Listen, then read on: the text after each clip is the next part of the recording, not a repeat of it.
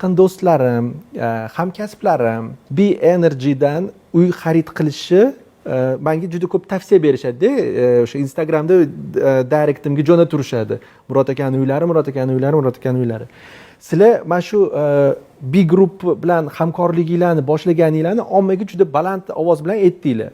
Lekin siz chiqib ketganingizni nimagadir u baland ovozda eshitmadik biz.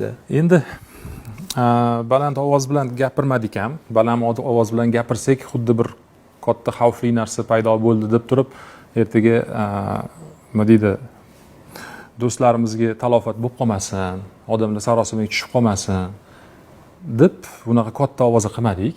Lekin biz o'zidan chiqib ketganmiz, o'tgan yil chiqib ketganmiz, 1 yil bo'ldi. Shuning uchun o'zi nima deydi, to'y qilganda ham baland to'ylar qilinadi-yu, lekin ajrashganda to'y qilinmaydi-yu. Ajrashdi deb ko'proq tarqaladi. O'shaning uchun ba'zilar eshitmaganlar, bilmasa kerak, lekin 1 yildan beri Energy o'sha qozog'istonlik do'stlarimizga o'tib ketgan. Ular alohida o'zligida ishlashyapti. Murod Buildings o'zining loyihalariga mehr berib, yangi loyihalarni qurilishda davom etyapti.